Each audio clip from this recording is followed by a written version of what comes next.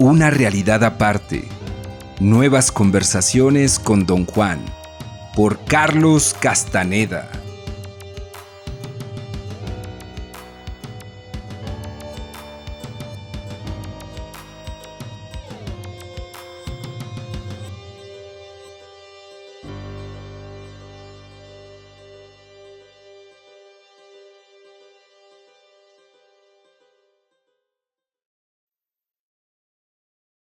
Mi siguiente intento de ver tuvo lugar el 3 de septiembre de 1969.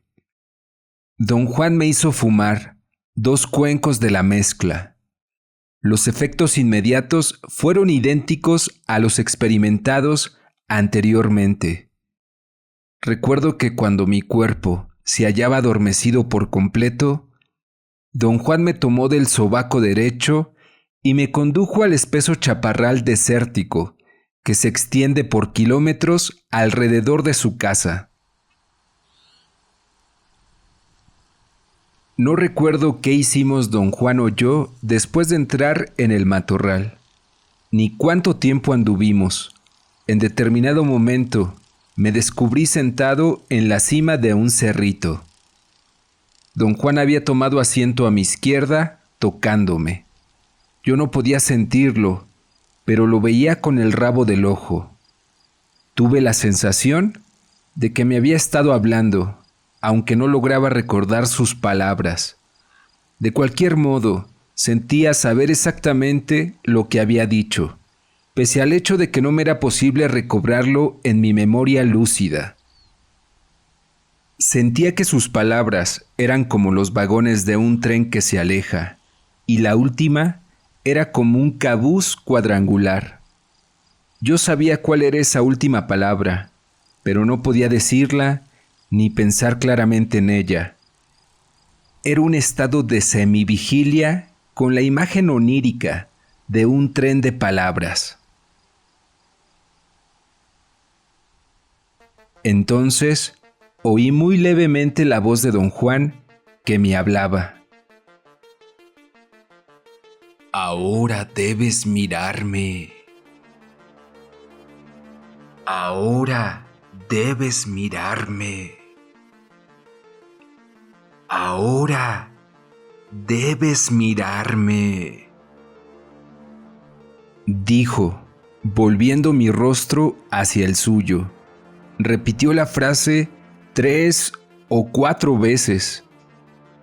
Al mirar, descubrí de inmediato el mismo efecto de resplandor que 2 veces antes había percibido en su cara.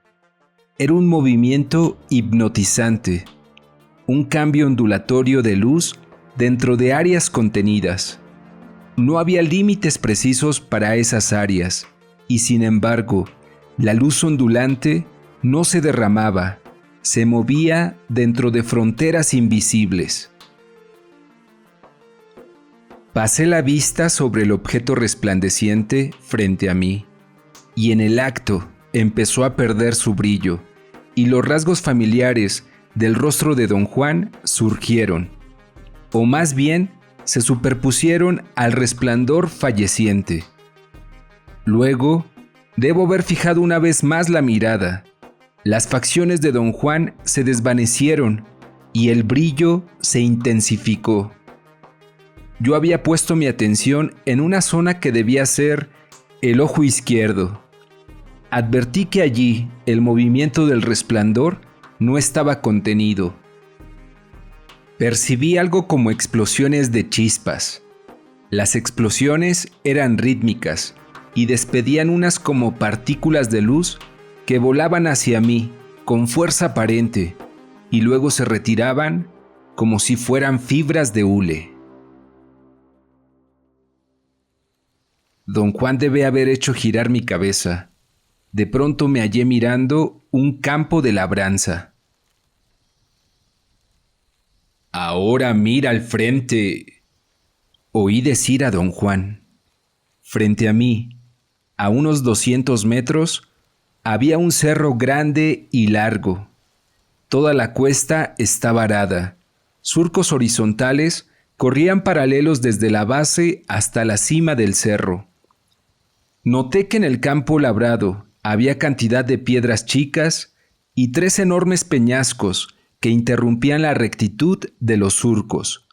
Justamente delante de mí había unos arbustos que me impedían observar los detalles de una barranca o cañada al pie del cerro. Desde donde me hallaba, la cañada parecía un corte profundo, con vegetación verde marcadamente distinta del cerro yermo. El verdor parecía ser árboles que crecían en el fondo de la cañada. Sentí una brisa soplar en mis ojos. Tuve un sentimiento de paz y quietud profunda. No se escuchaban pájaros ni insectos. Don Juan volvió a hablarme. Me tomó un momento entender lo que decía. ¿Ves un hombre en ese campo? ¿Ves un hombre en ese campo? Preguntaba repetidamente. Quise decirle que no había nadie en el campo, pero no pude vocalizar las palabras. Desde atrás, don Juan tomó mi cabeza entre sus manos. Yo veía sus dedos sobre mi ceño y mis mejillas, y me hizo barrer todo el cuerpo, moviéndome despacio la cabeza, de derecha a izquierda, y luego en dirección contraria. Observa cada detalle. Tu vida puede depender de ello. Observa cada detalle. Tu vida puede depender de ello. Lo oí decir una y otra vez. Me hizo recorrer 4 veces el horizonte visual de 180 grados frente a mí. En cierto momento, cuando había movido la cabeza hacia la extrema izquierda, creí ver algo que se movía en el campo.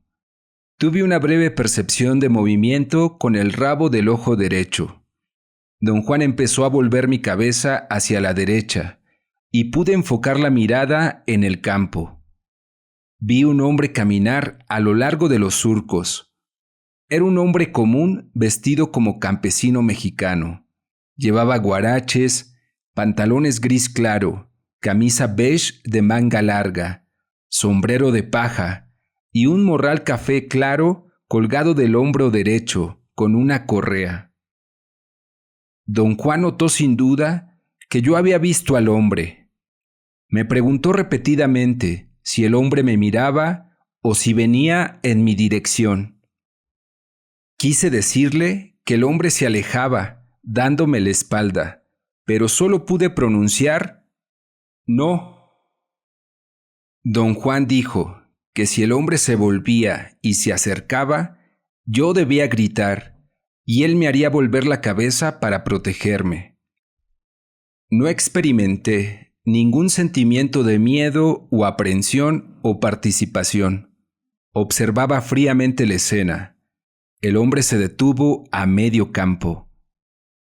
Quedó parado con el pie derecho en la saliente de un gran peñasco redondo, como si estuviera atando su guarache. Luego se enderezó, sacó de su morral un cordel y lo enredó en su mano izquierda. Me dio la espalda y, enfrentando la cima del cerro, se puso a escudriñar el área ante sus ojos. Supe que lo hacía por la forma en que movía la cabeza, volviéndola despacio y de continuo a la derecha. Lo vi de perfil, y luego empezó a volver todo su cuerpo hacia mí, hasta que estuvo mirándome.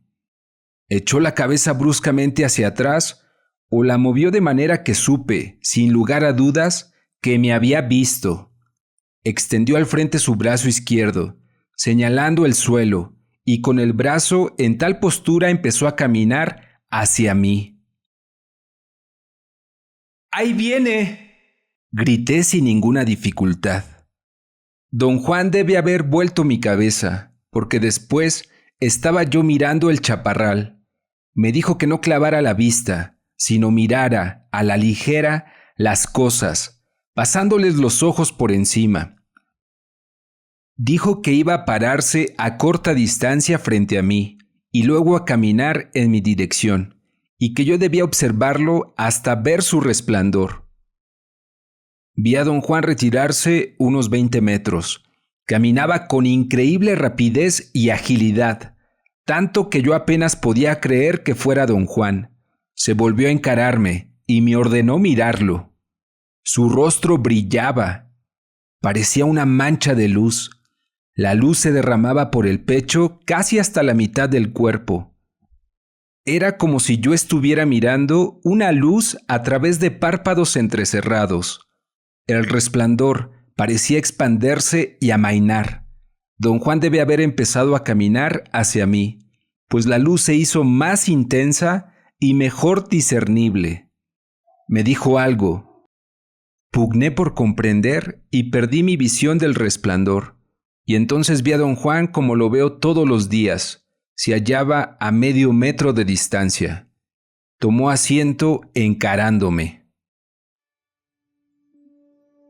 Al concentrar mi atención en su rostro, empecé a percibir un vago resplandor. Luego fue como si delgados haces de luz se entrecruzaran. El rostro de don Juan se veía como si alguien le echara el cardillo de espejos diminutos. Conforme la luz se intensificaba, la faz perdió sus contornos y de nuevo era un objeto brillante amorfo. Percibí una vez más el efecto de explosiones pulsantes de luz emanadas desde un espacio que debe haber sido su ojo izquierdo. No enfoqué allí mi atención, sino que deliberadamente miré una zona adyacente que supuse el ojo derecho.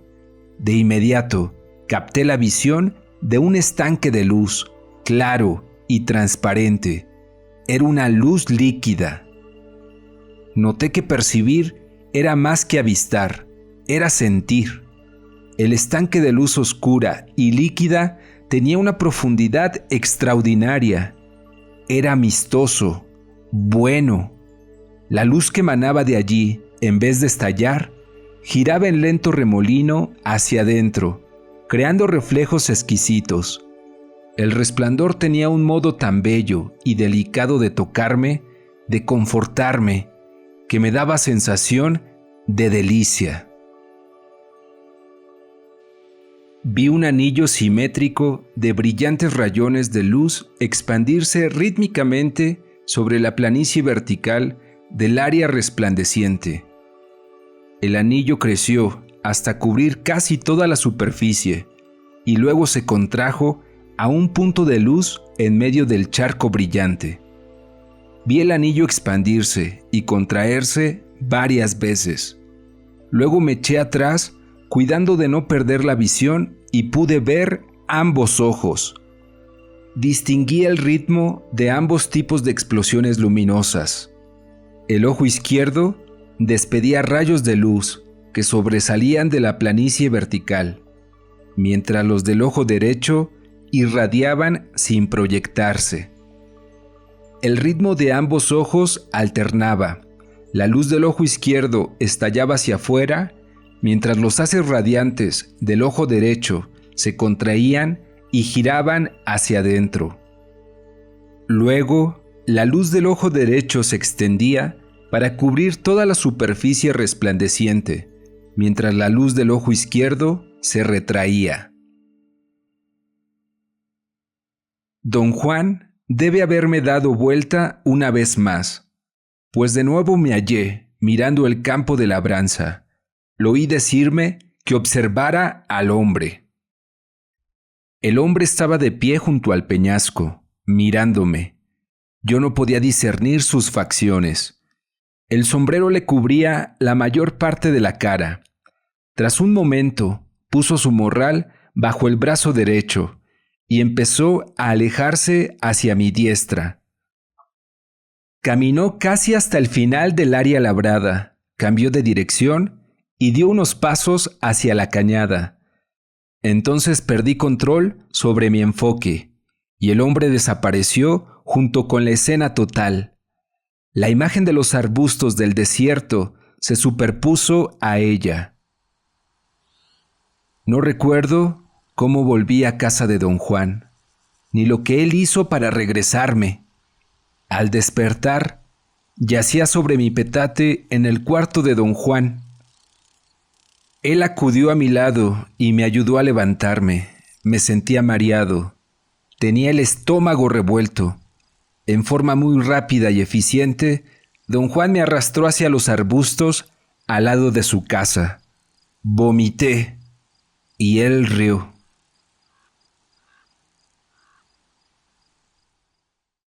Luego me sentí mejor. Miré mi reloj. Eran las 11 p.m. Me dormí de nuevo y a la 1 de la tarde siguiente creí ser otra vez yo mismo. Don Juan me preguntó repetidamente cómo me sentía. Yo tenía la sensación de hallarme distraído. No podía concentrarme realmente. Caminé un rato por la casa bajo el escrutinio atento de don Juan. Me seguía a todas partes. Sentía que no había nada que hacer y volví a dormirme. Desperté al atardecer muy mejorado. En torno mío hallé muchas hojas aplastadas. De hecho, desperté boca abajo encima de un montón de hojas. Su olor era muy fuerte. Recuerdo haber cobrado conciencia de aquel olor antes de despertar por entero. Fui atrás de la casa y hallé a don Juan sentado junto a la zanja de irrigación.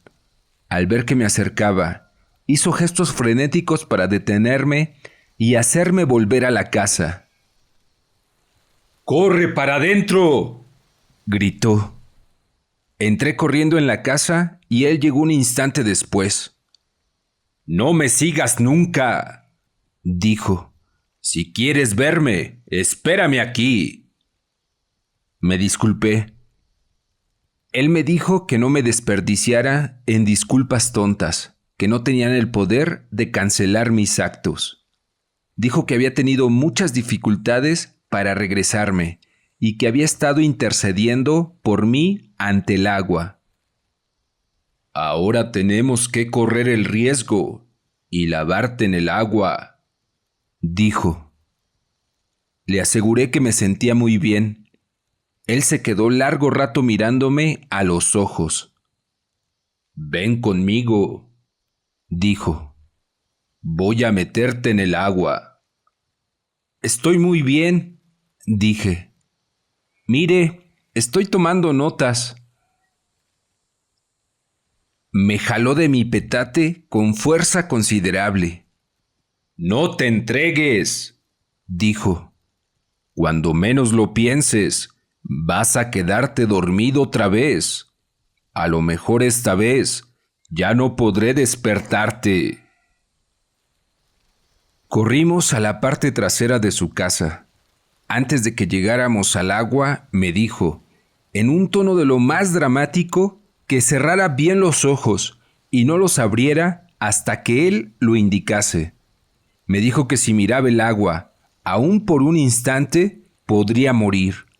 Me llevó de la mano y me echó de cabeza en el canal de riego. Conservé los ojos cerrados mientras él me sumergía y me sacaba del agua. Eso duró horas. Experimenté un cambio notable. Lo que había de mal en mí antes de entrar en el agua era tan sutil que no lo noté hasta comparar ese estado con el sentimiento de bienestar y claridad que tuve mientras don Juan me hizo permanecer en la zanja. El agua se metió en mi nariz y empecé a estornudar. Don Juan me sacó y me llevó, sin dejarme abrir los ojos, hasta la casa. Me hizo cambiarme de ropa y luego me guió a su cuarto. Me condujo a sentarme en mi petate, dispuso la dirección de mi cuerpo y me dijo que abriera los ojos.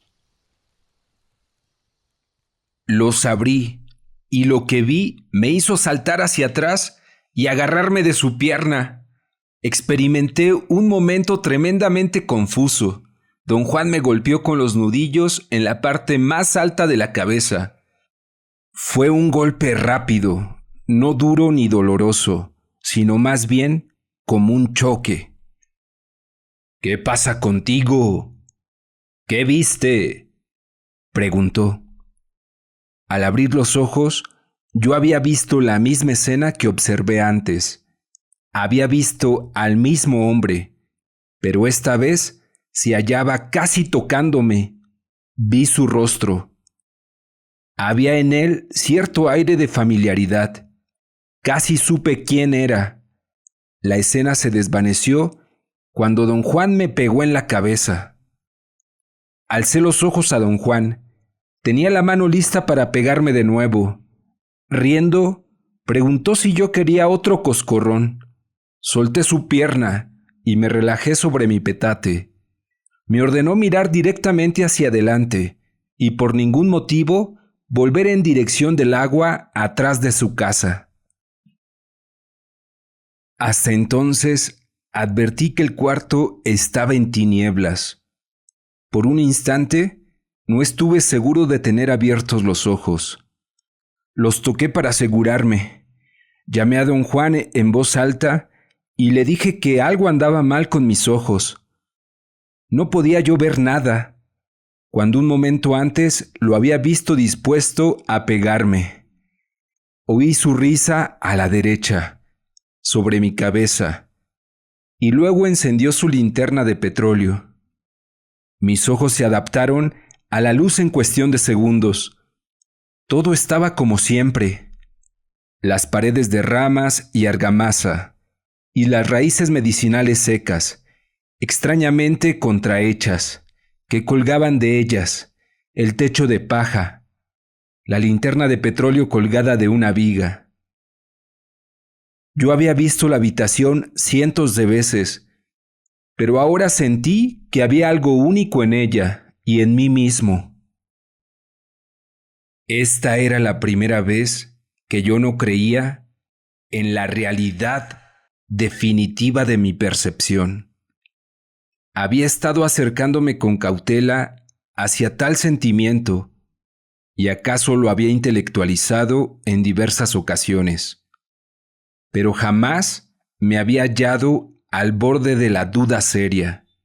Ahora, sin embargo, no creí que el cuarto fuera real, y por un momento tuve la extraña sensación de que se trataba de una escena que desaparecía si don Juan me golpeaba la cabeza con los nudillos. Empecé a temblar sin tener frío. Espasmos nerviosos recorrían mi espina. Sentía la cabeza pesada, sobre todo en la zona directamente encima de la nuca. Me quejé de no sentirme bien y dije a don Juan lo que había visto.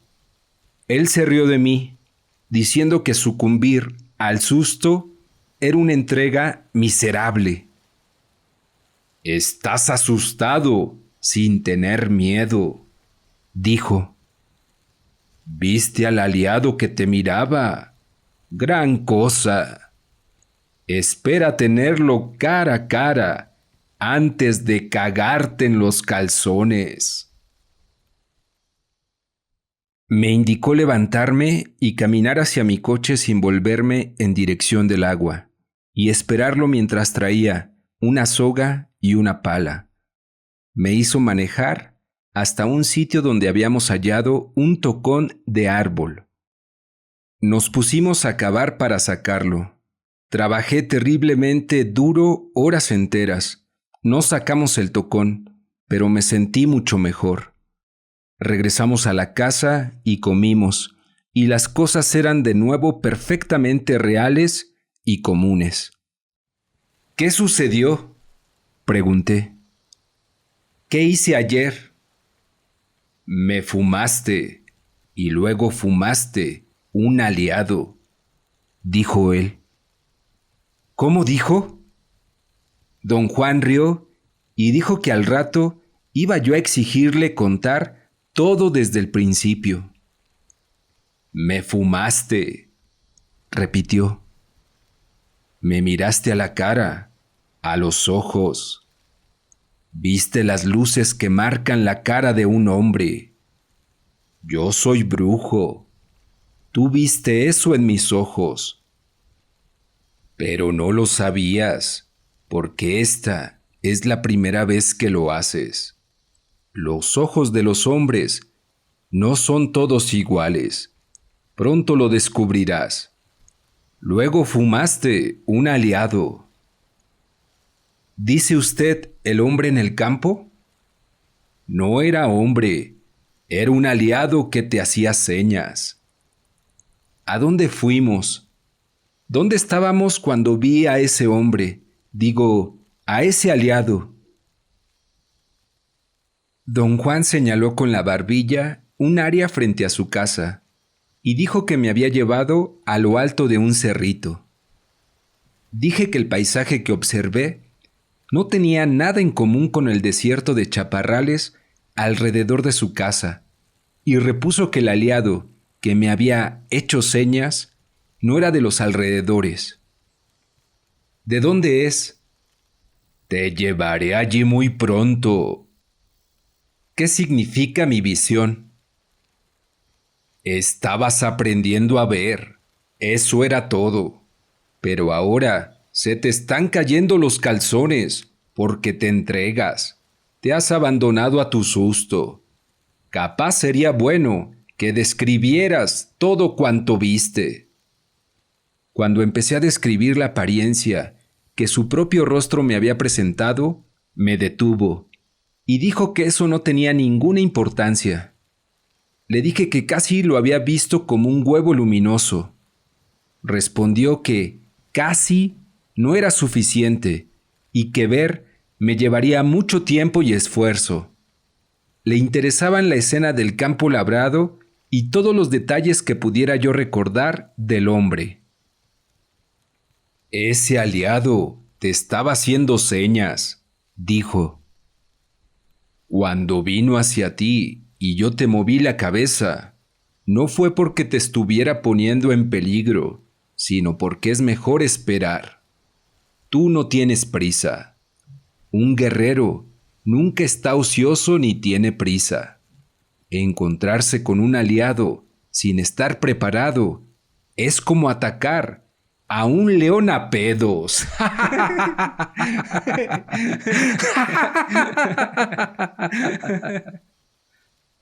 Me gustó la metáfora. Compartimos un delicioso momento de risa. ¿Qué habría pasado si usted no me mueve la cabeza? Habrías tenido que moverla solo. ¿Y si no lo hacía? El aliado habría llegado hasta ti y te habría dado un buen susto. Si hubieras estado solo, habría podido matarte. No es aconsejable que estés solo en las montañas o en el desierto hasta que puedas defenderte. Un aliado podría agarrarte allí solo y hacerte picadillo. ¿Qué significado tenían sus acciones? Al mirarte, quería decir que te da la bienvenida.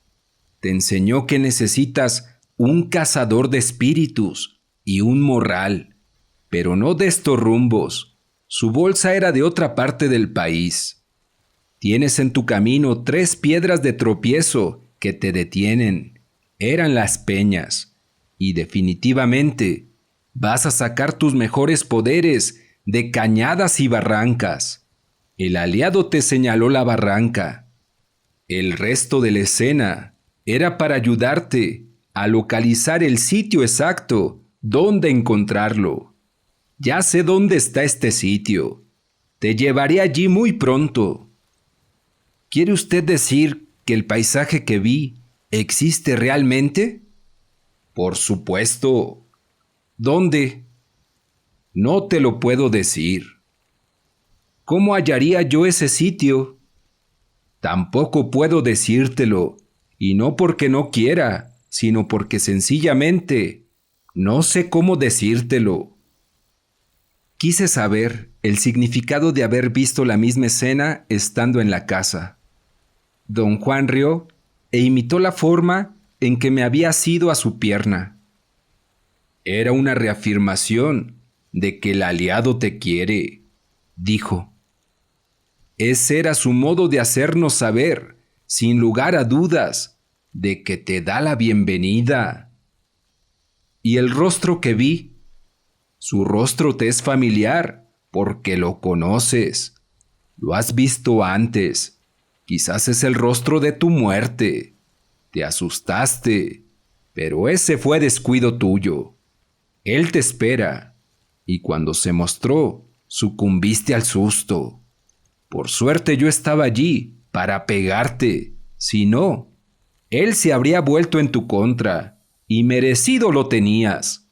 Para tener un aliado, hay que ser un guerrero sin mancha, o el aliado puede volverse contra uno y destruirlo. Don Juan me disuadió de volver a Los Ángeles la mañana siguiente. Al parecer, pensaba que aún no me había recuperado por completo. Insistió en que me sentara en su cuarto, mirando al sureste, con el fin de preservar mi fuerza. Se sentó a mi izquierda, me entregó mi cuaderno y dijo que esta vez yo lo tenía agarrado. No solo debía quedarse conmigo, sino también hablar conmigo. Tengo que llevarte otra vez al agua al anochecer, dijo.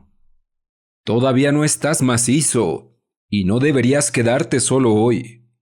Te haré compañía toda la mañana. En la tarde estarás mejor. Su preocupación me puso muy aprensivo. ¿Qué anda mal conmigo?, pregunté. Topaste un aliado. ¿Qué quiere usted decir con eso?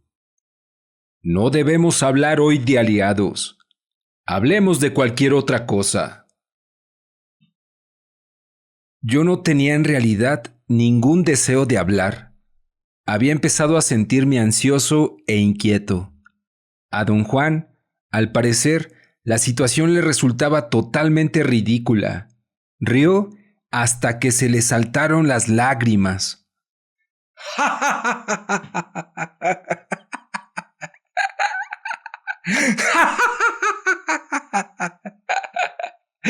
No me salgas, con que ahora que deberías hablar, no vas a hallar nada que decir, dijo, sus ojos brillando con malicia. Su humor era muy reconfortante.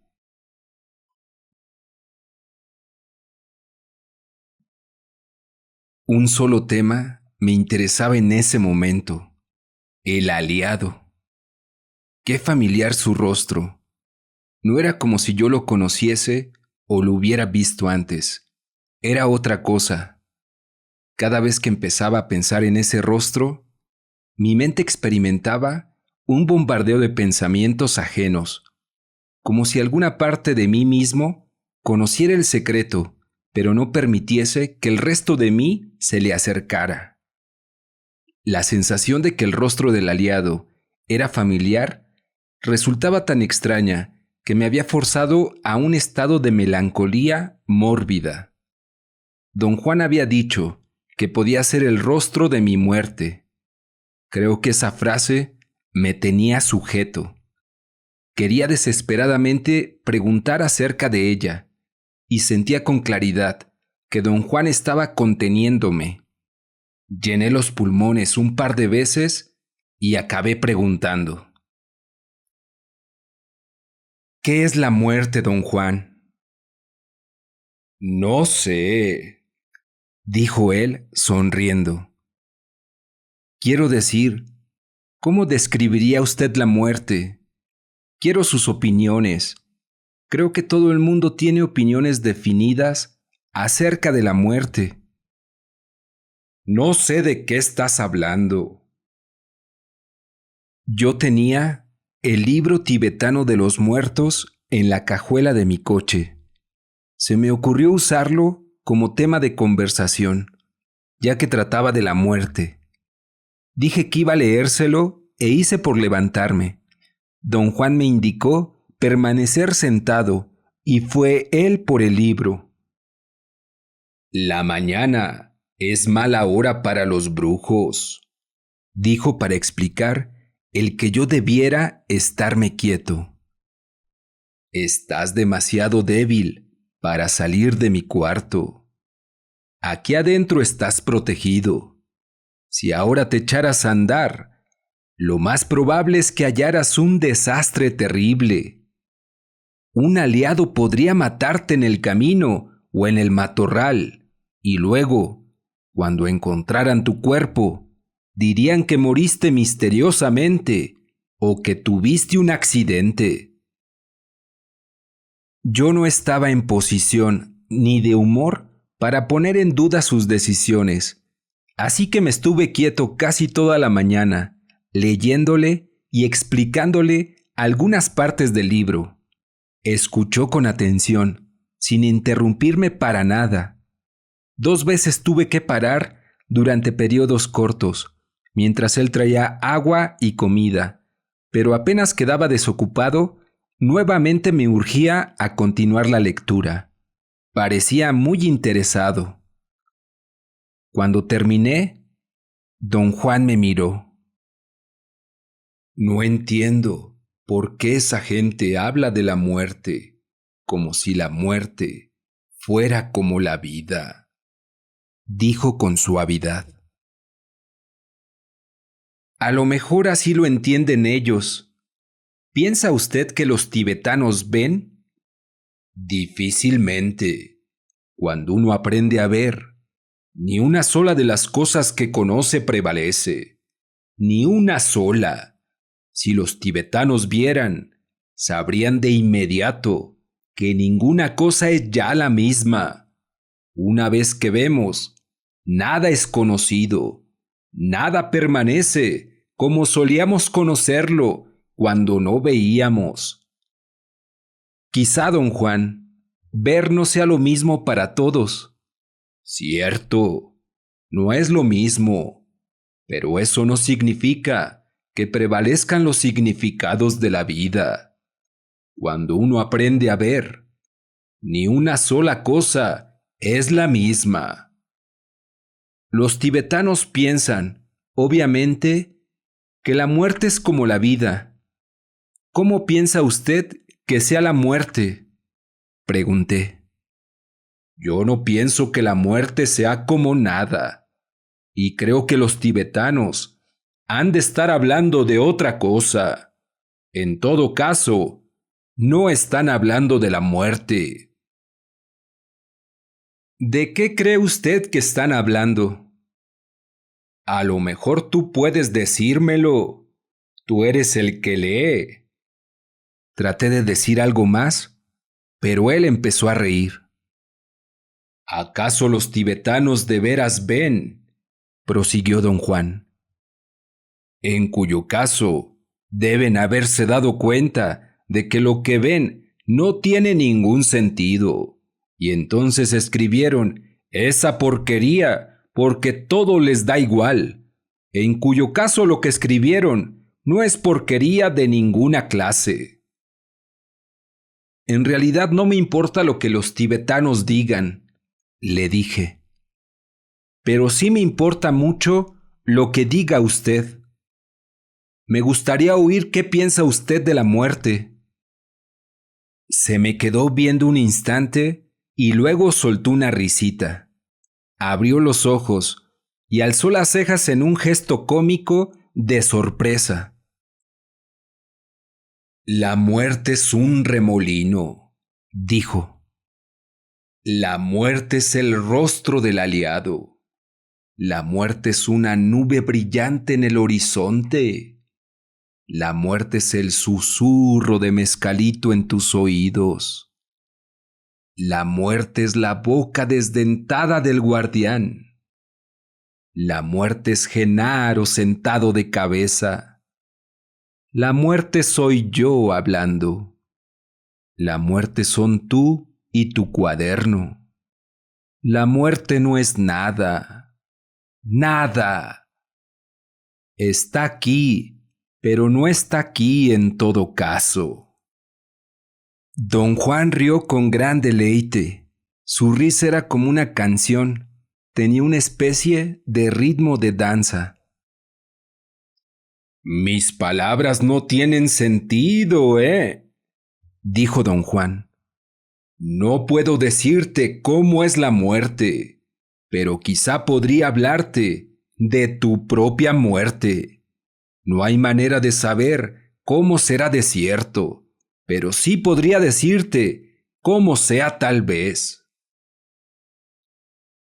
En ese punto me asusté y repuse que yo solo quería saber lo que la muerte parecía ser para él.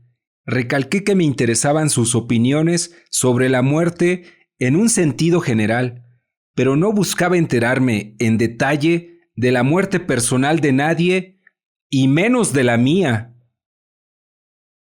Yo nada más puedo hablar de la muerte en términos personales, dijo él. ¿Tú querías que te hablara de la muerte? Muy bien. Entonces no tengas miedo de oír tu propia muerte. Admití que me hallaba demasiado nervioso para hablar de ella. Dije que deseaba hablar de la muerte en términos generales, como él mismo había hecho la vez que me contó que al momento de la muerte de su hijo Eulalio, la vida y la muerte se mezclaron como una niebla de cristales. Te dije que la vida de mi hijo se expandió a la hora de su muerte personal, repuso. Yo no hablaba de la muerte en general, sino de la muerte de mi hijo. La muerte, sea la que sea, hizo expandir su vida. Yo quería a toda costa sacar la conversación del terreno de lo particular, y mencioné que había estado leyendo relatos de gente que murió varios minutos y fue revivida a través de técnicas médicas. En todos los casos que leí, las personas involucradas habían declarado, al revivir, que no podían recordar nada en absoluto, que la muerte era simplemente una sensación de oscurecimiento. Eso es perfectamente comprensible, dijo él. La muerte tiene dos etapas. La primera es un oscurecimiento. Es una etapa sin sentido, muy semejante al primer efecto de mezcalito, cuando uno experimenta una ligereza que lo hace sentir feliz, completo, y todo en el mundo está en calma. Pero ese es solo un estado superficial. No tarda en desvanecerse y uno entra en un nuevo terreno, el terreno de la dureza y el poder. Esa segunda etapa es el verdadero encuentro con Mezcalito. La muerte es muy parecida. La primera etapa es un oscurecimiento superficial, pero la segunda es la verdadera etapa en que uno se encuentra con la muerte. Un breve momento después de la primera oscuridad, hallamos que de algún modo somos otra vez nosotros mismos.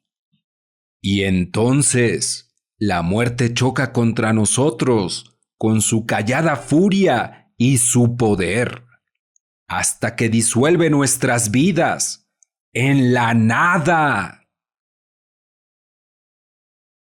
¿Cómo puede usted tener la certeza de que está hablando de la muerte? Tengo mi aliado.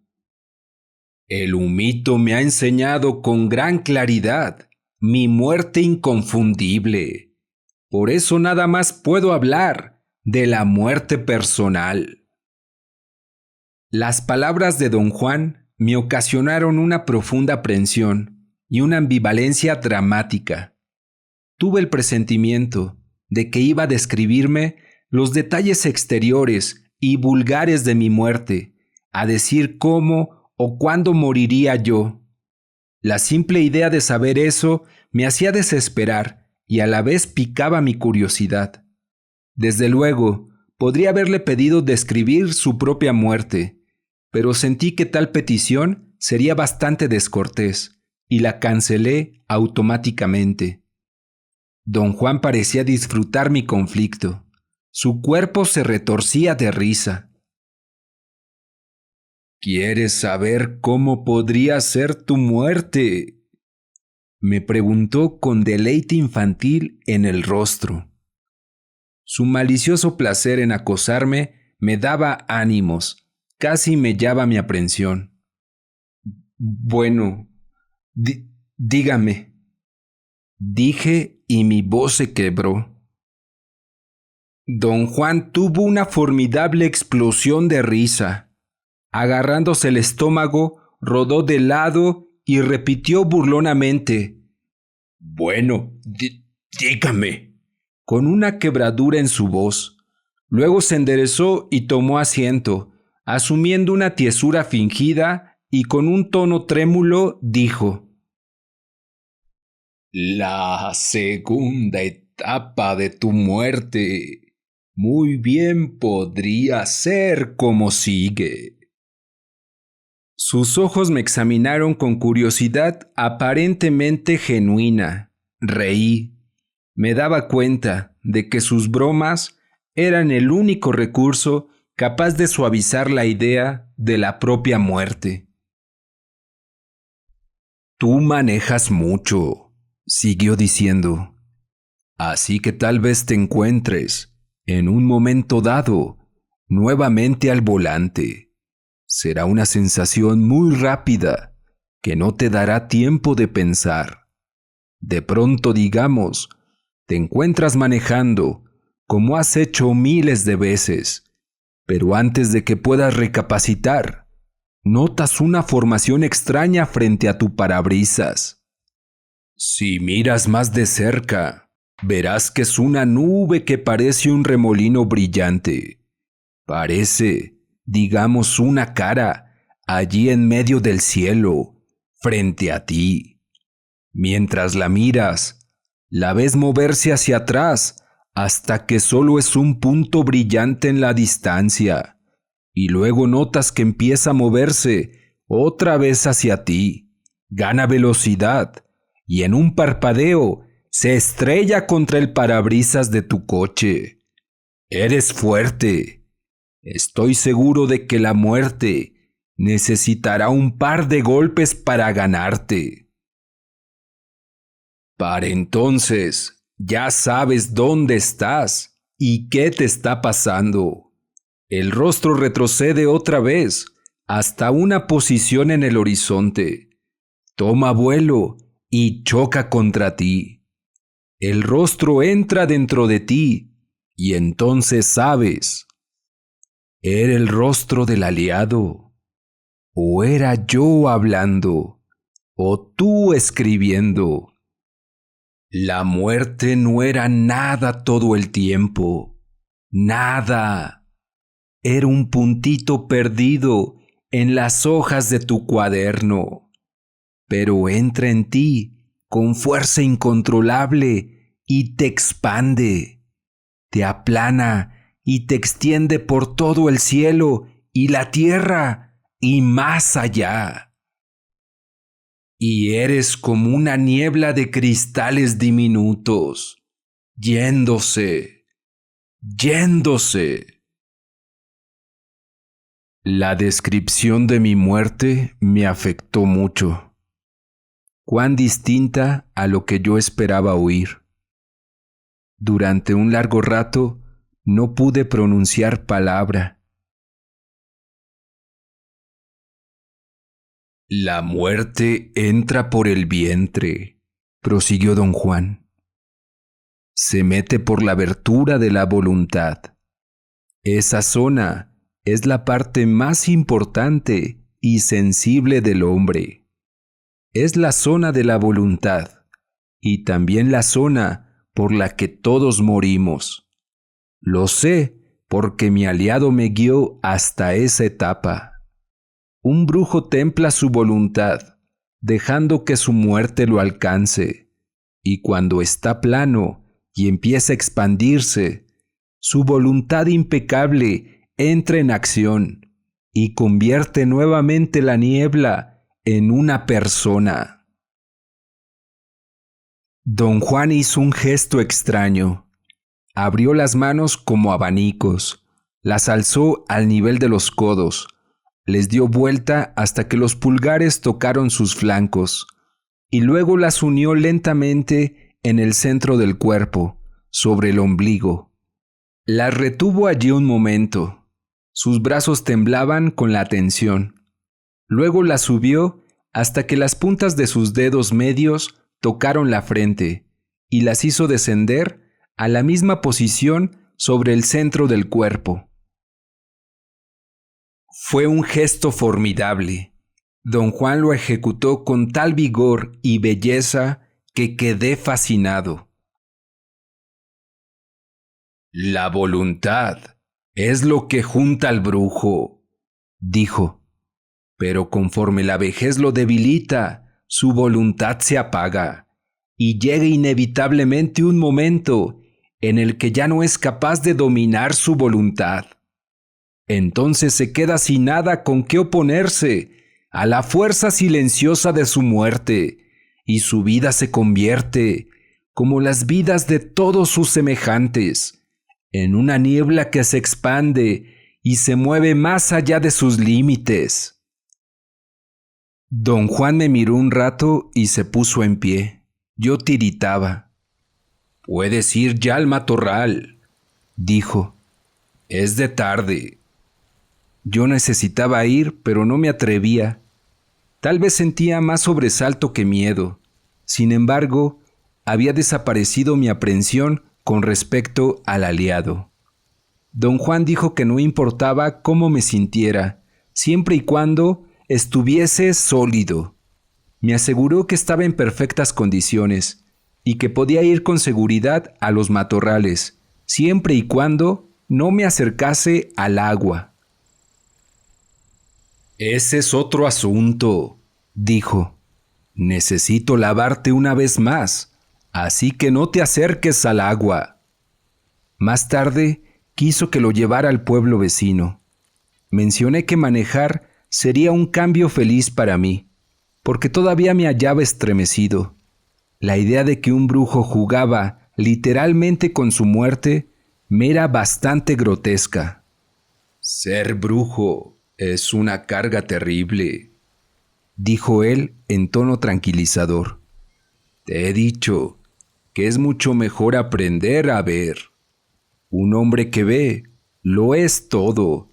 En comparación, el brujo es un pobre diablo». «¿Qué es la brujería, don Juan?». Se me quedó mirando un buen rato, sacudiendo la cabeza en formas apenas perceptibles. «La brujería es aplicar la voluntad a una coyuntura clave», dijo. «La brujería es interferencia. Un brujo busca y encuentra la coyuntura clave de cualquier cosa que quiera afectar, y luego aplica allí su voluntad. Un brujo no tiene que ver para ser brujo. Nada más necesita saber usar su voluntad». Le pedí explicar lo que quería decir con coyuntura clave. Meditó y luego dijo que él sabía lo que mi coche era. «Es obviamente una máquina», dije. «Quiero decir que tu coche son las bujías.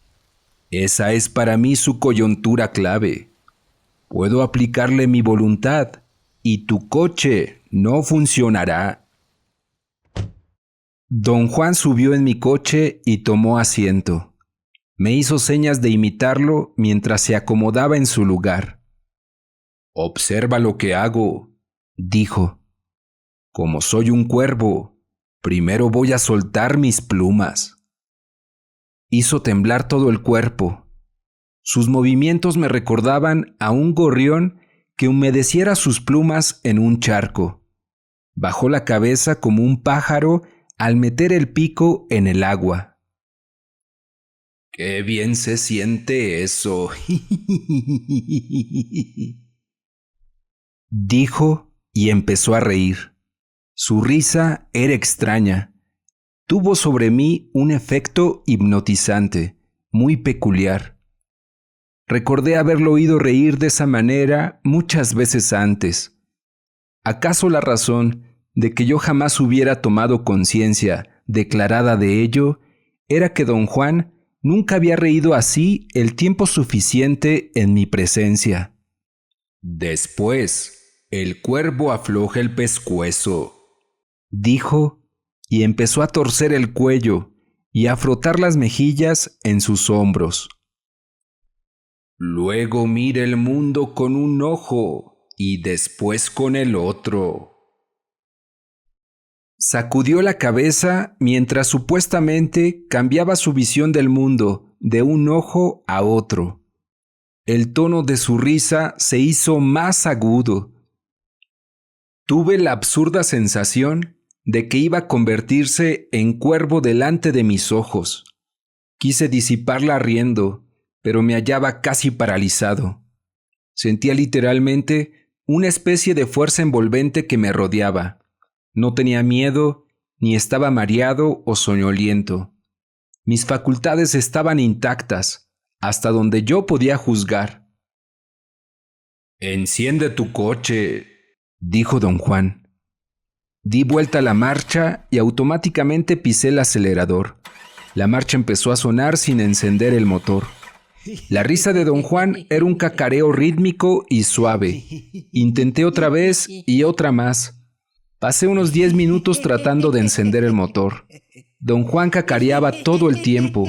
Luego desistí y me quedé allí sentado, sintiendo el peso de mi cabeza. Él dejó de reír y me escudriñó, y supe entonces que su risa me había obligado a entrar en una especie de trance hipnótico. Aunque yo había tenido plena conciencia de lo que ocurría, sentía no ser yo mismo. Durante el tiempo en que no pude arrancar mi coche, estaba muy dócil, casi insensible. Era como si don Juan no solo estuviese haciéndole algo al coche, sino también a mí. Cuando dejó de cacarear, me convencí de que el hechizo había terminado e impetuosamente volví a girar la marcha.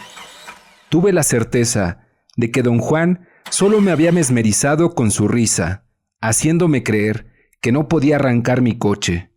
Con el rabo del ojo lo vi mirarme con curiosidad, mientras yo movía la marcha y bombeaba con furia el pedal. Don Juan me dio palmaditas y dijo que la furia me amacizaría y que tal vez no necesitara yo otro baño en el agua. Mientras más enojado pudiera ponerme, más rápido me recuperaría de mi encuentro con el aliado. «No tengas pena», oí decir a don Juan. «¡Patea el carro!»